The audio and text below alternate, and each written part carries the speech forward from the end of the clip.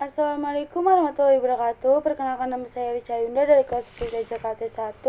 Perkenalkan, nama saya Richa Yunda dari kelas 10 TJKT 1. Di sini saya akan menjelaskan apa itu jalur rempah. Jalur rempah adalah perdagangan dan budaya yang menghubungkan Nusantara dengan berbagai wilayah di dunia, di mana rempah-rempah menjadi komoditas utama. Jalur ini telah ada sejak ribuan tahun yang lalu dan memainkan peran penting dalam sejarah dan peradaban Indonesia. Jalur rempah bermula dari kebutuhan dunia akan rempah-rempah seperti cengkeh, pala, dan lada yang banyak ditemukan di wilayah Nusantara. Rempah-rempah memiliki nilai ekonomi dan kegunaan yang sangat tinggi sehingga menjadi komoditas yang sangat dicari. Pada awalnya perdagangan rempah-rempah dilakukan melalui jalur darat dan laut yang sederhana. Namun, seiring dengan perkembangan teknologi dan pengetahuan navigasi, jalur perdagangan laut menjadi lebih penting. Indonesia merupakan salah satu wilayah yang paling penting dalam jalur rempah karena merupakan sumber utama rempah-rempah. Kota-kota pelabuhan di Indonesia seperti Malaka, Aceh, dan Makassar menjadi pusat perdagangan rempah-rempah yang ramai dikunjungi oleh pedagang dari berbagai negara. Jalur rempah saat ini tidak lagi digunakan untuk perdagangan rempah-rempah karena rempah-rempah sudah dapat diproduksi di berbagai belahan dunia. Namun, jalur rempah tetap menjadi bagian penting dari sejarah dan budaya Indonesia. Pemerintah Indonesia bahkan memiliki program untuk menghidupkan kembali jalur rempah. Sebagian dari upaya untuk mengembangkan pariwisata dan ekonomi kreatif. Jalur rempah tidak hanya membawa dampak ekonomi tetapi sosial dan budaya. Interaksi antara pedagang dari berbagai wilayah menghasilkan pertukaran pengetahuan, teknologi, dan budaya. Hal ini terlihat dari kebanyakan kata serapan dari bahasa asing, seperti kata kopi yang diadopsi dari bahasa Arab aqwa. Selain itu, jalur rempah juga berperan dalam penyebaran agama dan kepercayaan. Agama Islam misalnya masuk ke Nusantara melalui jalur pedagang ini. Jalur rempah sampai hari ini tidak lagi menjadi jalur perdagangan utama seperti dulu. Namun warisan sejarah dan budaya yang ditinggalkan tetap hidup dan menjadi bagian penting dari identitas Indonesia. Pemerintah Indonesia saat ini sedang berupaya untuk menghidupkan kembali jalur rempah sebagai bagian dari diplomasi budaya dan untuk meningkatkan kesadaran dan sejahtera maritim Indonesia. Kesimpulannya, jalur rempah adalah bagian penting dari sejarah Indonesia dan dunia. Jalur ini tidak hanya membawa keuntungan ekonomi, tetapi juga berkontribusi pada perkembangan sosial, budaya, dan peradaban. Jalur rempah juga sudah ada jauh sebelum abad Masehi.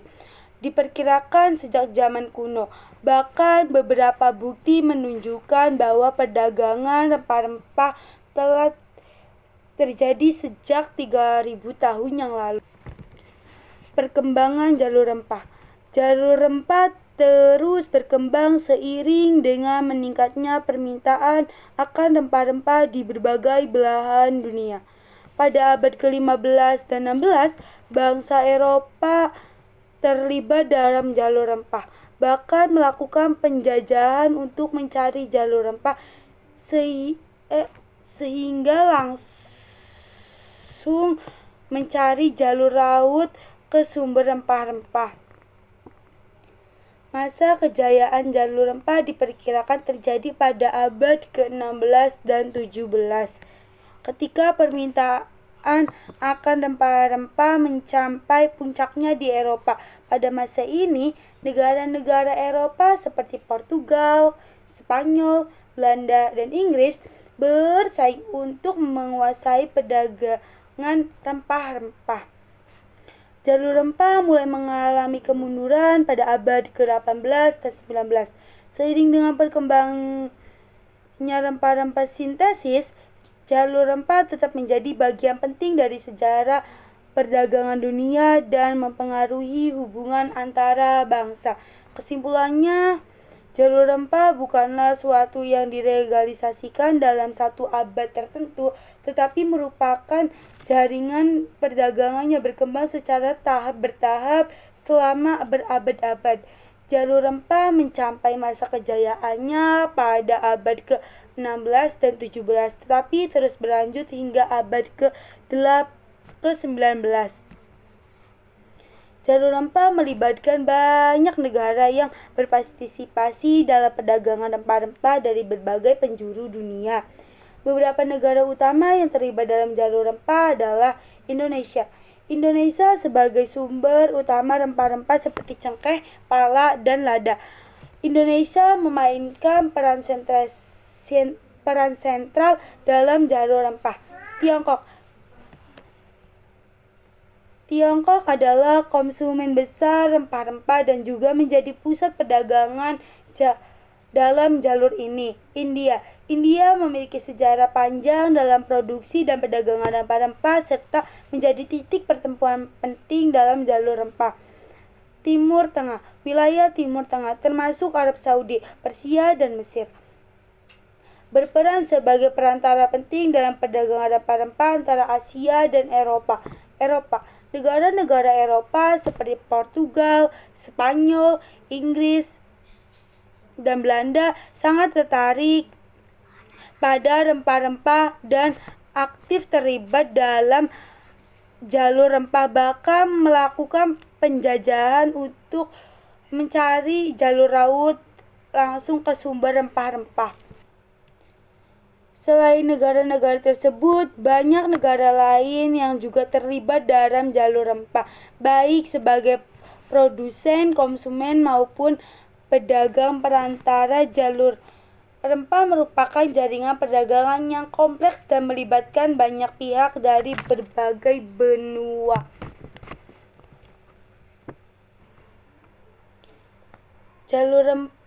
Jalur sutra adalah jaringan rute perdagangan kuno yang menghubungkan wilayah timur dan barat. Jalur ini membentang dari Tiongkok hingga Eropa, melintasi berbagai wilayah dan budaya.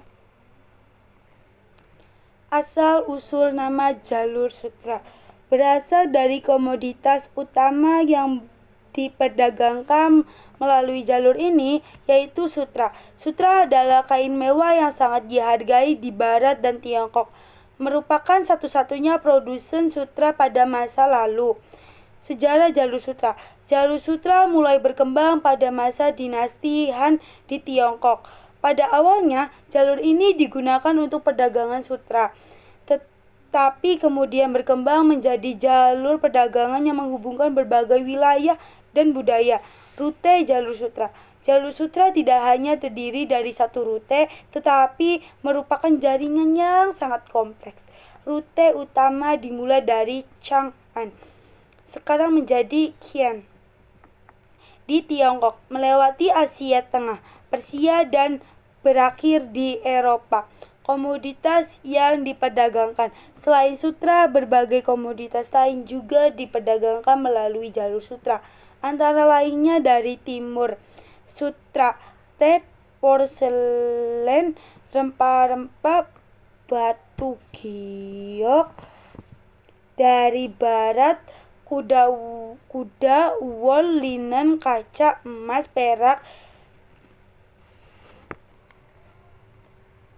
Dampak jalur sutra.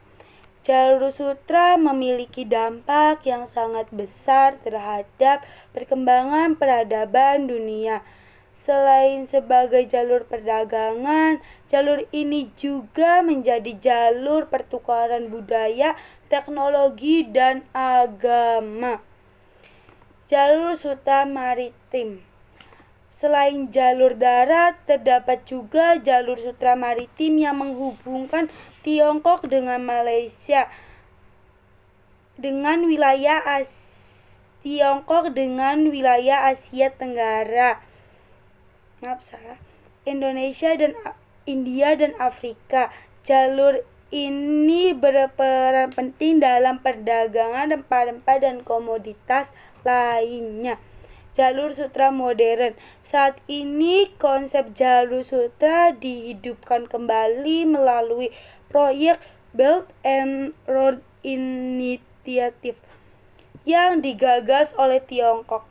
Proyek ini bertujuan untuk membangun infrastruktur dan jaringan perdagangan yang menghubungkan Asia dan Eropa.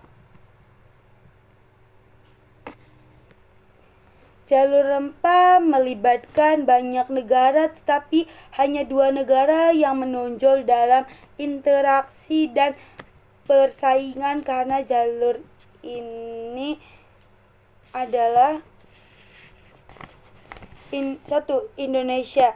Sebagai sumber utama rempah-rempah seperti cengkeh, pala, dan lada, Indonesia memainkan peran sentral dalam jalur rempah.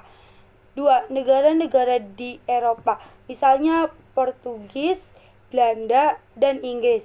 Negara-negara di Eropa sangat tertarik pada rempah-rempah dan aktif terlibat dalam jalur rempah. Bahkan melakukan penjajahan untuk mencari jalur laut langsung ke sumber rempah-rempah. Hal ini menyebabkan persaingan sengit antara negara Eropa untuk menguasai perdagangan rempah-rempah. Interaksi antara Indonesia dan negara-negara Eropa ini melibatkan perdagangan, pertukaran budaya, dan juga konflik. Negara-negara Eropa berusaha menguasai sumber rempah-rempah di Indonesia yang pada akhirnya menyebabkan penjajahan. Sekian penjelasan dari saya tentang apa itu jalur rempah, abad berapa jalur rempah dilegalisasikan,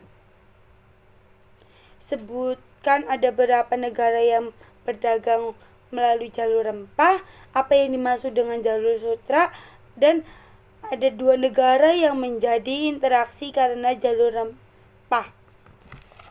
Sekian dari saya ucapkan terima kasih. Wassalamualaikum warahmatullahi wabarakatuh. Maaf jika videonya banyak typonya, maaf jika videonya banyak salahnya. Dimaklumi saja Ibu. Terima kasih, dadah.